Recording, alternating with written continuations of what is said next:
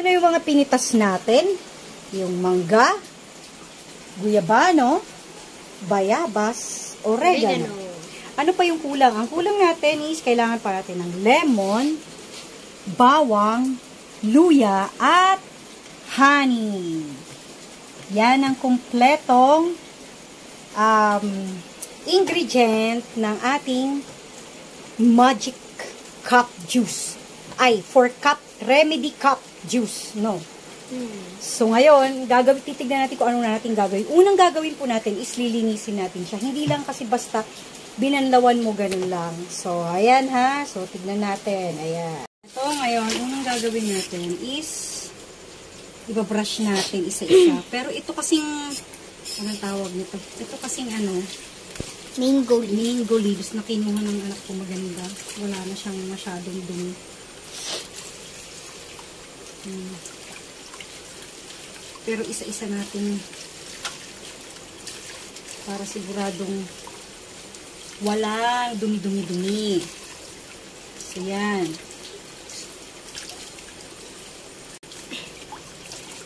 Ayan. Lapit na tayong matapos. Pinapatulo ko na rin.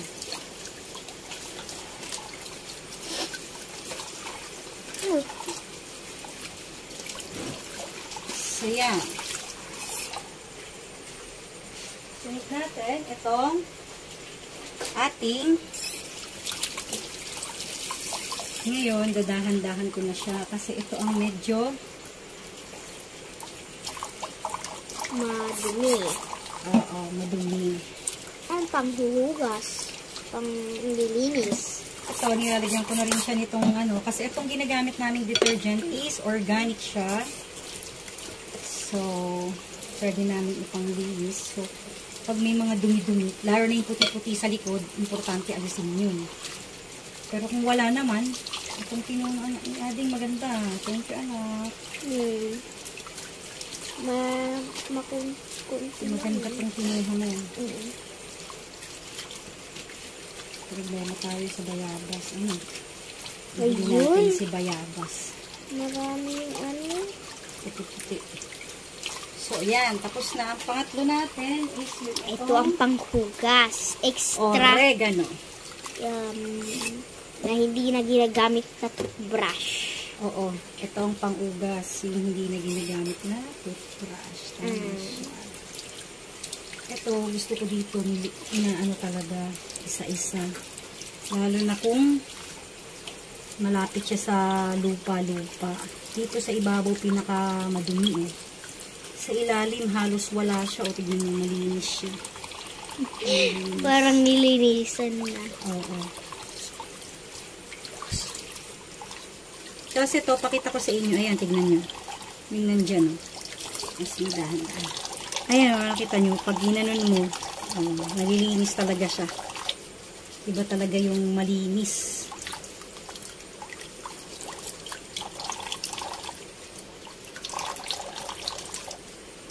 So, yan. Ganyan lang.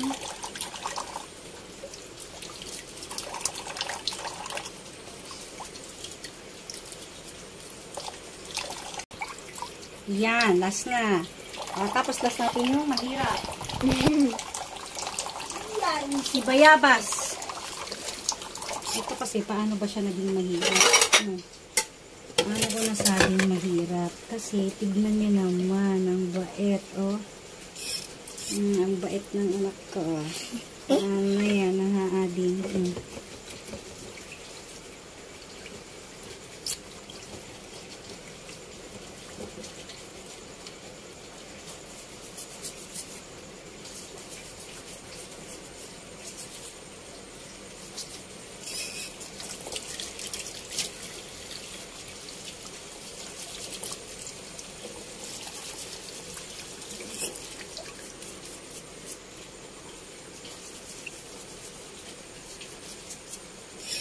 Ito dapat ang sprayan siguro natin itong marami. Pahalo na yung ito.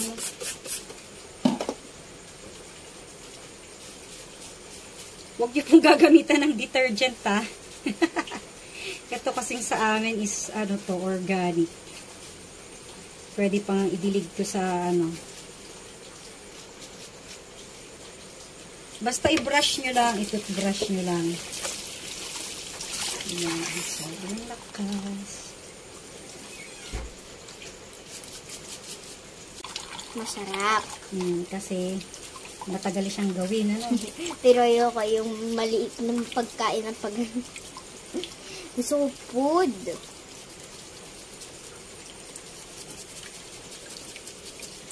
Ay, talagang ano. Kung hindi talaga maalis, kuha na lang kayo uli ng iba. Ito, ginawa namin, matapang-tapang to. 20 leaves each kasi marami kaming gagawin. Kasi actually, ini-stack namin to. Pero yung, ito kasing dalawa makulit. Lalo na si Jeff selling kuya niya. Ibang gustong gawin, hindi pang ubo. Juice. Ang sarap Gagawin kasi. daw niyang juice. Masarap. Kaya lang matrabaho mga mami. Pwede rin. Ano yung... Actually, mas yung masarap siya. champuradong tagal gawin, pero ang sarap-sarap. Parang ganito din, ano? So, ito kasi matrabaho. Masarap po talaga siya. Tapos, effective pa. 3 days lang, wawala na yung ubo ng mga bata. Minsan 2 days lang, pero kako anak, kahit wala na yung ubo nyo, uminom kayo. Kasi para kako effective pa rin sa inyo sa susunod itong herbal natin. Yung problema, nakakapagod talagang gawin. Kung masipag po kayo, maganda po itong juice. Napaka-healthy para sa bata. Lalo na lagyan nyo ng ice. Yun ang maganda dito. Hindi siya nakakaubo kahit siya ay malamig.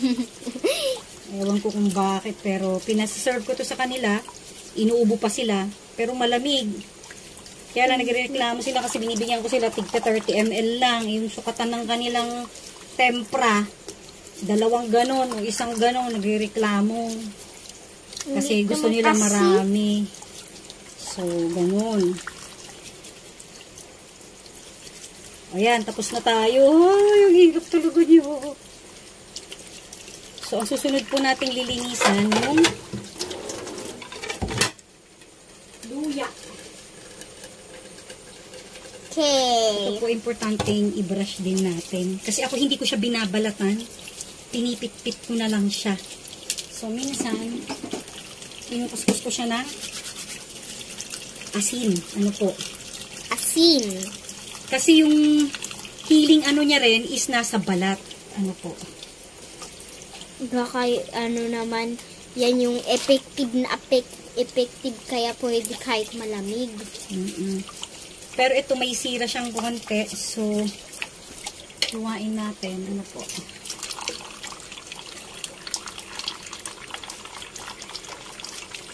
Kaya mas magandang ibinabrush nyo. Hindi po kami mahilig alis ng mga balat kahit po sa carrot, sa patatas. Binabrush ko lang o inaasinan ko. Masarap. Yung healthy at nutrition niya at vitamin and mineral niya nasa balat. So ito lang kasi medyo sira. Pero yung isa hindi eh. Kaya okay na yun. Ito.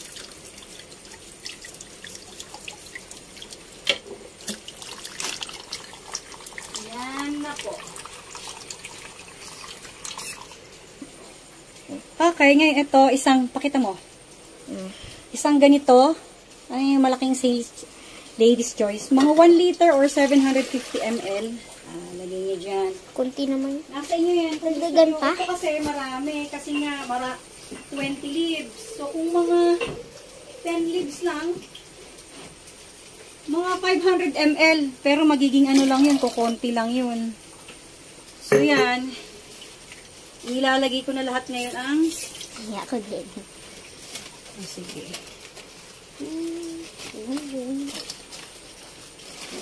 Sabi nila malawich kung ano, gamot. Itong asawa ko tawag niya malawich. Kasi daw para daw witch, puro dahon. Ayan. Hindi naman lagi puro dahon eh. Ito lang.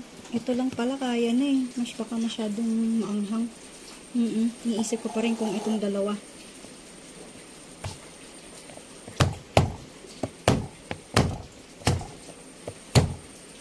Ang hirap ano. Ito na lang.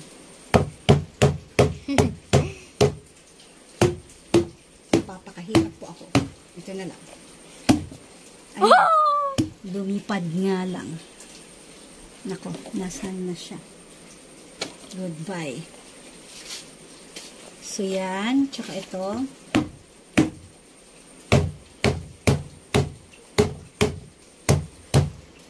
Nasa inyo po kung hiwa-hiwain nyo. Pero mas maganda kahit pagkahiwa nyo, dikdikin nyo pa rin po. Lagay natin ngayon dito. Kaya lang sobra kasing lalaki ng dahon ng kinuha, anak. Kaya ito maluluto. Ano kasi? Tapos, pwede na natin itong simulang pakuluan. Habang magsimula ka sa malakas, pero actually mamaya-maya hihinaan na po namin. Yung susunod is yung bawang ito po yung susunod, yung bawang natin. Mga 3 to 4 cloves po.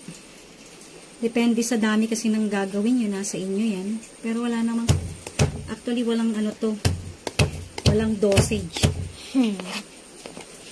So, ang secret na nagpapasarap dito is yung lemon at saka yung honey. Pero grabe talaga. Effective siya pero masarap. Yun ang napakamahirap kasing kunin para sa mga bata. Dati pinapainom ko pa sila ng cefumixin, amoxicillin, ang mamahal, amoxiclav, kung ano-ano. Hanggang sa na-try ko to. Oh, diba? Paano mo ba, mami, na ano to?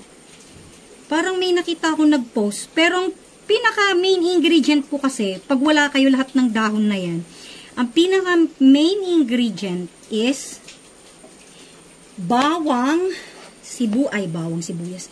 Bawang, luya, lemon. At Oregano. Ang pinakadahon lang natin is oregano at ang honey, napaka-importante nun. So, kaya lagyan na po natin dyan. Okay, andyan na po siya. So, excited na ako.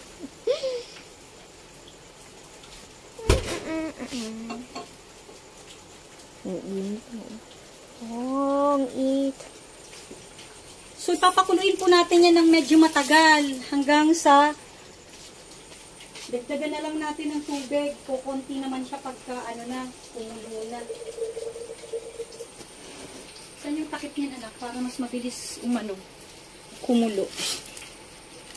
Hindi yan kukulo agad. Abutin yan 10 taon. Ay, ayun. Ito.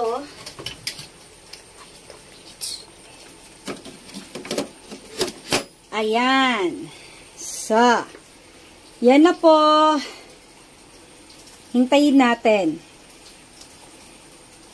Okay, ito na siya ngayon. So, ang natin is, pag naluto na siya, ito kasi dati naming stock, pag naluto na siya, ganito na siya. Yan ang labas niya. Yan. Wow. So, lalagyan ko siya ng lemon at saka honey. Malamig siya. Galing siyang ref. Pwede siyang itago sa ref 1 week to 2 weeks. Amuyin nyo na lang po. Kasi sa amin, pasta-pasta naka-close siya. Effective siya. Pag ganito, naka-close siya. Or kahit yung bottle lang na ganito, tapos may ganyan talagang naka-close. Okay yan. So, ito yung ganito. Kung gusto nyong may juicer, kinakamay ko lang, malinis naman to. So, yan. Inumin na namin to. Dalawa ni Ading. Kaya lang tawagin natin si Kuya, baka magalit. Yan. Tapos, ang sunod po is honey. So, nasa inyo po kung gaano karaming honey ang gusto nyong ilagay. So, ganun lang po. Ngayon, tignan na natin. Narinig mo. Ako mauna. Sige, siya mauna. Tignan mo na ang lalasa. Tama na ba yung honey? Okay na. Sarap. Ay, ang sarap. Pwede ko bang ubusin na? Wag! Sige. Hanggang sa muli. Thank you for Bye-bye! watching.